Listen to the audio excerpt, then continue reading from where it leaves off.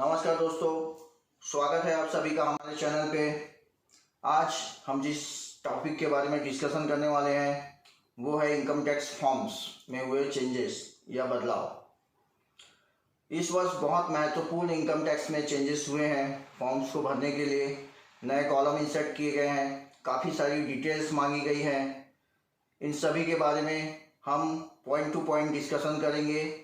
हमने काफ़ी कुछ कवर करने की कोशिश की है। 17 पॉइंट्स जो हमें लगेगी प्रैक्टिकली आपके लिए बहुत ही महत्वपूर्ण है, जिसकी जानकारी उसके बारे में हम अभी पॉइंट टू पॉइंट एक पावर पॉइंट की स्लाइड के द्वारा डिस्कशन करेंगे और आपको समझाने की कोशिश करेंगे कि अमेंडमेंट क्या क्या है। तो चलिए शुरू करते हैं। की changes in ITR forms for assessment year 24-25। पहला जो अमेंडमेंट है, individuals and HUF reliable for audit can verify ITR using EVC। तो काफ़ी महत्वपूर्ण चेंज हुआ है ये इनकम टैक्स में। अब जो नॉर्मल फाइलिंग वाले लोग होते थे, इंडिविजुअल HUF, वो EVC के थ्रू अपना ITR वेरीफाई कर सकते थे। अब क्या किया गया है, अब ये हुआ है कि ऑडिटेड केसेस जिसमें पहले डिजिटल सिग्नेचर कंपलसरी था, बिना डिजिटल के आप कोई भी ITR फाइल नहीं कर सकते थे, वेरीफाई नहीं कर सकते थे, उसके लिए भी EVC इनेबल कर दिया गया है। रूल 12 में इन्होंने चेंजेस किया है, इसको अमेंडमेंट किया है इन्होंने, और इंडिविजुअल HUF को अलाउ किया है। ITR 3 जो आप फाइल करते हैं ऑडिट वाला, उसमें ये अमेंडमेंट आया हुआ है। तो अब आप इलेक्ट्रॉनिक वेरिफिकेशन कोड के थ्रू भी अपने ITR को वेरीफाई कर सकते हैं। दूसरा चेंजेस देखते हैं, furnishing of due date for filing of return ITR 3, 5 and 6। इसमें ये अमेंडमेंट आपको देखने के लिए मिलेगा। एक नया कॉलम इंसर्ट किया गया है ITR फॉर्म में। जो डेट्स होती थी फाइलिंग की, वो डेट्स आपको अब मेंशन करनी पड़ेगी, उसे आपको चूज करना पड़ेगा कि आप किस डेट के अंतर्गत अपना ITR फाइल कर रहे हैं। 31 जुलाई, 31 अक्टूबर या 31 नवंबर, जो भी डेट आपके लिए एप्लीकेबल है। जैसे ऑडिट के लिए आपकी 31 अक्टूबर की डेट होती है, तो आप 31 अक्टूबर सेलेक्ट करके ITR फाइल कर लेंगे। एक महत्वपूर्ण चेंज जो यहाँ पे हुआ है, जो सबसे बड़ा चेंज है आई थिंक मेरे हिसाब से, न्यू टैक्स रिजीम। जो पिछले साल तक आपको चूज करनी पड़ती थी एक फॉर्म को भरकर 10IA को, इस रिजीम को इस वर्ष आप सभी के लिए डिफॉल्ट कर दिया गया है। अब आपको इसके लिए कोई फॉर्म भरने की आवश्यकता नहीं है। जो भी व्यक्ति ITR फाइल करेगा, वो सारे के सारे व्यक्ति इस न्यू टैक्स रिजीम के अंतर्गत ही अपना ITR फाइल करेंगे। अगर आपको पुराने रिजीम में जाना है, अगर आप चाहते हैं कि आप ओल्ड रिजीम का फ़ायदा उठाएं, तो अब आपको फॉर्म भरना पड़ेगा ओल्ड रिजीम के लिए। तो देखते हैं कि इसमें क्या बदलाव हुए हैं और ये किस फॉर्म्स पे एप्लीकेबल है। तो ITR 1, 2, 3, 4 एंड 5, इसके तहत ये न्यू टैक्स रिजीम जो है वो डिफ़ॉल्ट में आएगी। इसमें फाइनेंस एक्ट के तहत जो चेंज किया गया, उसमें 115 BAC में चेंजेस किए गए हैं। इसमें कहा गया है कि अगर आपको ओल्ड रिजीम में जाना है या आप ओल्ड रिजीम में ATC और सारे बेनिफिट्स लेना चाहते हैं, छूट लेना चाहते हैं, तो आपको न्यू रिजीम से ऑप्ट आउट होना पड़ेगा, न्यू रिजीम से आपको बाहर निकलना पड़ेगा। ठीक है।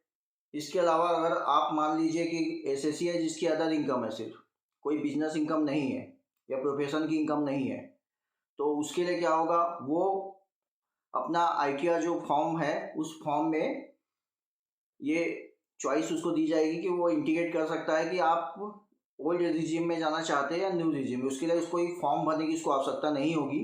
कोई फॉर्म भरे बिना भी वो 130(1) के तहत टाइमली अपना रिटर्न फाइल कर सकता है।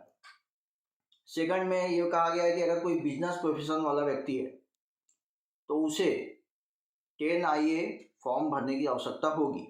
ये फॉर्म उसको भरना पड़ेगा।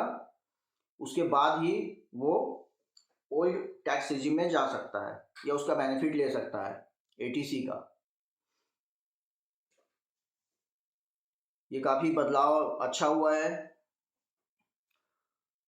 Reporting all banks held at any time, अगर किसी भी वक्त फाइनेंशियल ईयर 23-24 में कोई भी बैंक आपके पास था, ये सारे बैंक अकाउंट्स आपको आईटीआर में शो करने होंगे, इनकी डिटेल आपको देनी होगी। पहले भी ये था लेकिन मैंडेटरी फॉर्म्स में नहीं लिखा हुआ था, कहीं भी ये मेंशन फॉर्म में नहीं था कि आपको सारे बैंक अकाउंट्स की डिटेल देनी है। अब इन्होंने एक नीचे में आईटीआर में लाइन डाल दी है जिसके अंतर्गत डोरमेंट्स अकाउंट को छोड़कर आपको बाकी सारे अकाउंट्स की डिटेल देनी होगी। तो आईटीआर भरने के वक्त ये ध्यान रखिए आपको कि आपके 4 या 5 जितने भी बैंक अकाउंट्स हैं वो सारे बैंक अकाउंट्स आपको बताने होंगे, उसकी डिटेल डालनी होगी। Furnishing of the reason for tax audit under section 44AB। तो 44AB के अंतर्गत जो भी ऑडिट होती है आपकी, उस ऑडिट के बारे में पहले हम सिर्फ क्लिक करते थे कि आप 44AB के अंतर्गत आते हैं या नहीं आते, यस नो करते थे और फॉर्म सबमिट करके आईटीआर फाइल कर देते थे। पर अब ऐसा नहीं होगा। अब इन्होंने आपसे पूछा है कि आप ऑडिट क्यों करवा रहे हैं, what is the reason of audit, उसका रीज़न क्या है। इसके लिए आपको 3 ऑप्शंस दिए हैं इन्होंने। सेल्स टर्नओवर और gross receipt exceed the limit specified under section 44AB। अगर 44AB के अंतर्गत आपका जो सेल की रिसिप्ट है, सेल जो होता है, टर्नओवर होता है या ग्रॉस रिसिप्ट है, वो अगर उससे एक्सीड करती है तो आप ऑडिट करें, ये ऑप्शन ले सकते हैं अगर ऐसा है। सेकंड है कि एसएससी अगर 44AD, एडीए, 44AE या 44BB इसके अंतर्गत कोई इनकम दिखानी है, वो दिखाना नहीं चाहता, उसको अगर 44AD के अंतर्गत वो रिटर्न फाइल करता है 8% या 6% का प्रॉफिट नहीं दिखाना चाहता, उससे कम प्रॉफिट दिखाना चाहता है, तो वो इस ऑप्शन में क्लिक कर सकता है। इसके अलावा अगर और कोई ऑप्शन है तो वो उस पर अदर्स के लिए दिया गया है, अदर्स में आप क्लिक करके अपना आईटीआर फाइल कर सकते हैं। उसके बाद furnishing of the acknowledgement number of the audit report and UDIN. अब आपको जो ऑडिट रिपोर्ट फाइल होगी उसमें एक्नॉलेजमेंट नंबर और यूडीआईएन ये भी मेंशन करना पड़ेगा, ये रिक्वायर्ड है आपका सेक्शन 92E के तहत, ये इंफॉर्मेशन आपको देनी पड़ेगी। Disclosure of the sum payable to MSME beyond the prescribed time limit.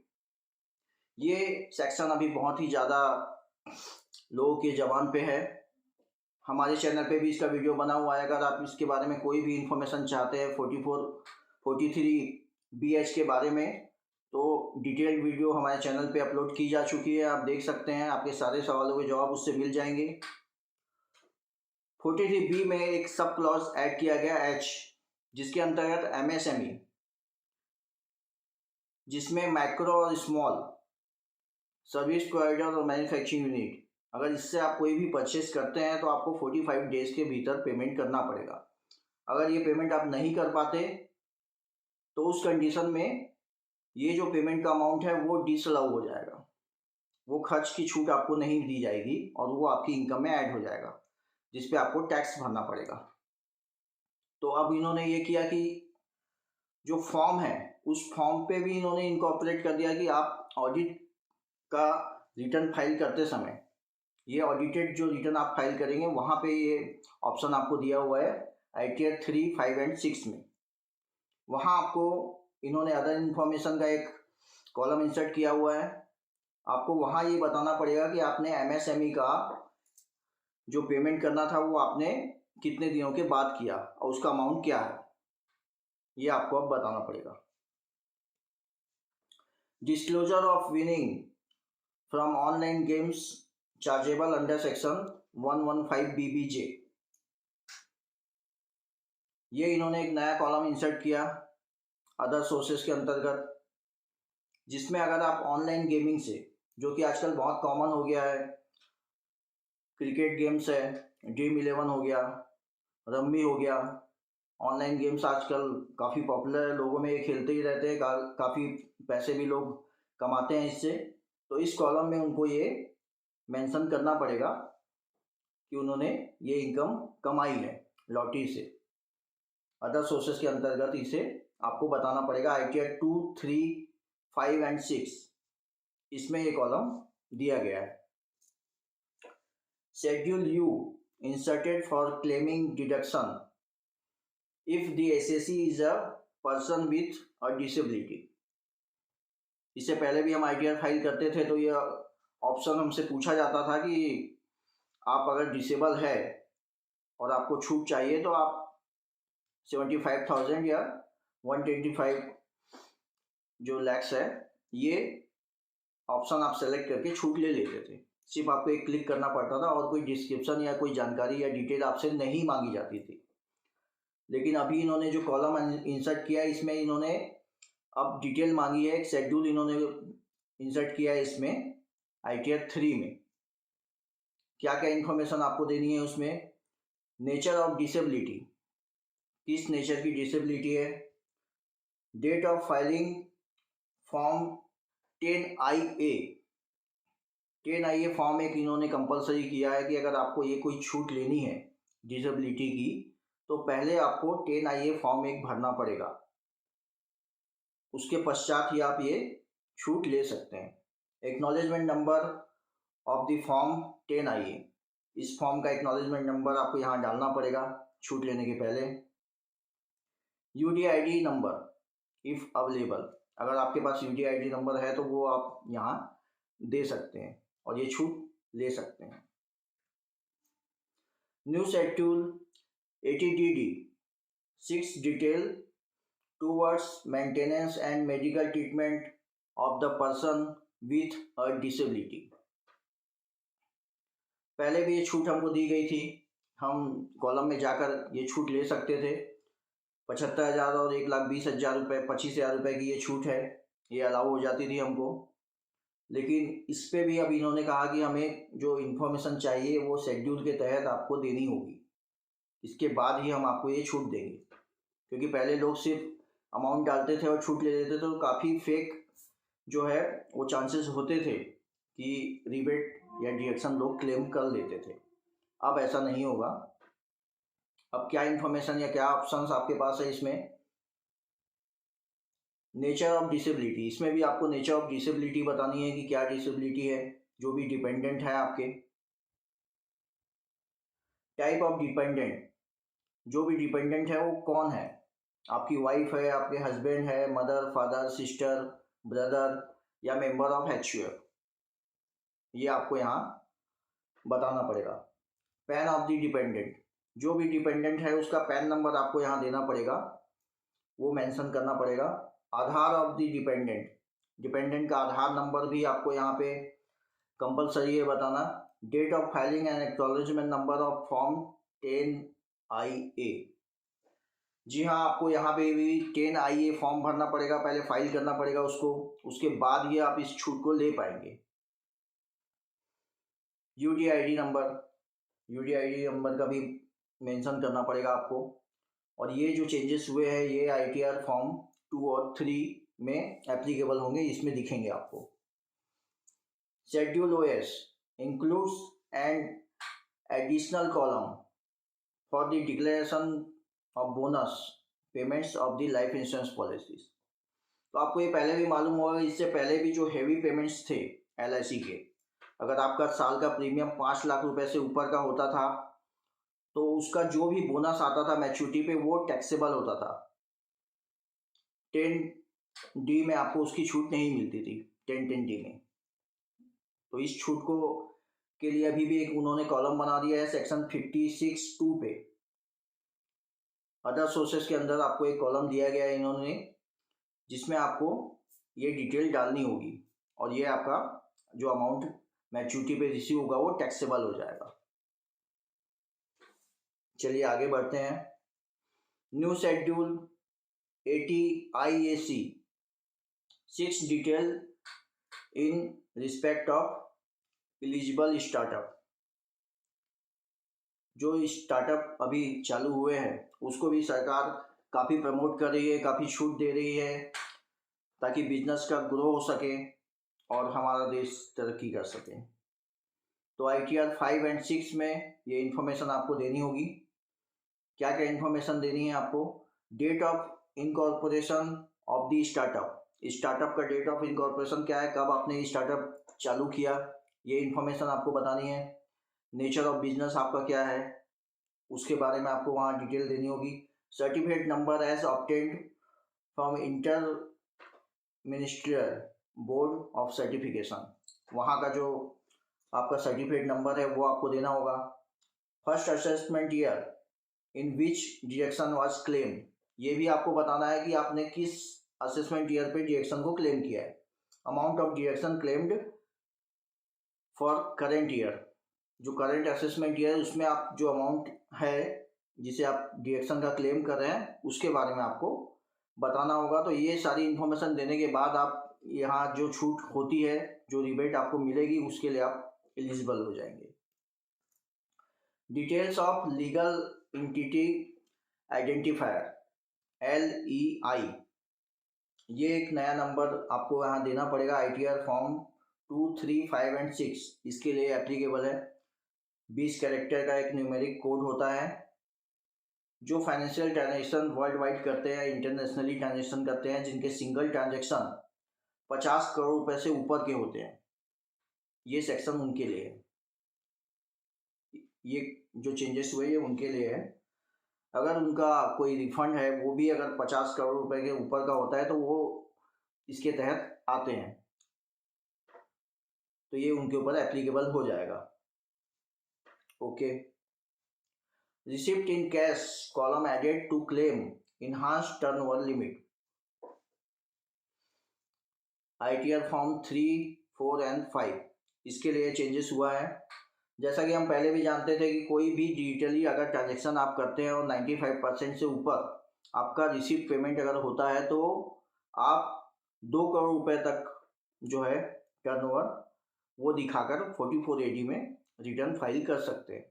ऐसा ही अगर मान लीजिए आपका प्रोफेशन है तो उस प्रोफेशन के तहत भी आप जो लिमिट पहले 50 लाख रुपए की थी उसको आप बढ़ाकर इन्होंने 75 लाख रुपए कर दिया है, और टर्नओवर में जो लिमिट 2 करोड़ की थी उसे बढ़ाकर इन्होंने 3 करोड़ कर दिया।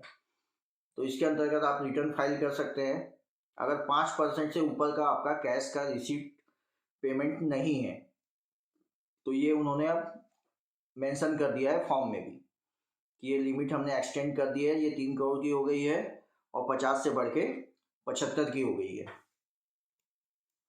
Disclosure of the information pertaining of the capital gains account scheme, तो कैपिटल गेन्स अकाउंट स्कीम में जो भी हम पैसा इन्वेस्ट करते हैं या पैसा डालते हैं ताकि हमारा जो भी कैपिटल गेन है उसकी रिबेट हम पा सके या वो छूट मिल सके, तो ये इन्होंने अभी कॉलम एक दे दिया है जिसमें आपको ये इन्फॉर्मेशन देनी पड़ेगी कि आपने कैपिटल गेन स्कीम में जो है किस डेट में डिपॉजिट किया, आपका अकाउंट नंबर क्या है और उसका IFSC कोड क्या है।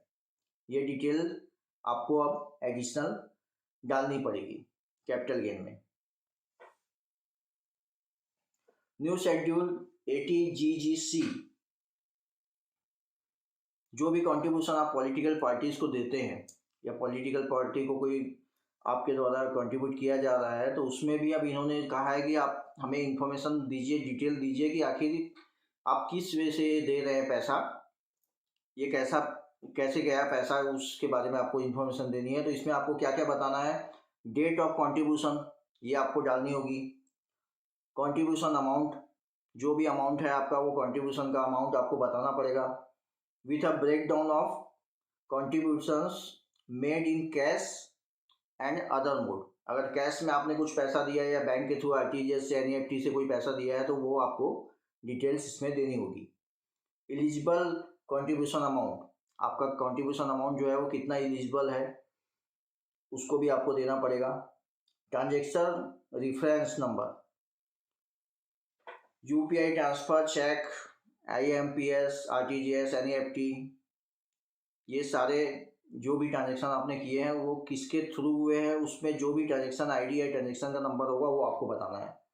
IFSC code of the bank ये आपको बताना होगा।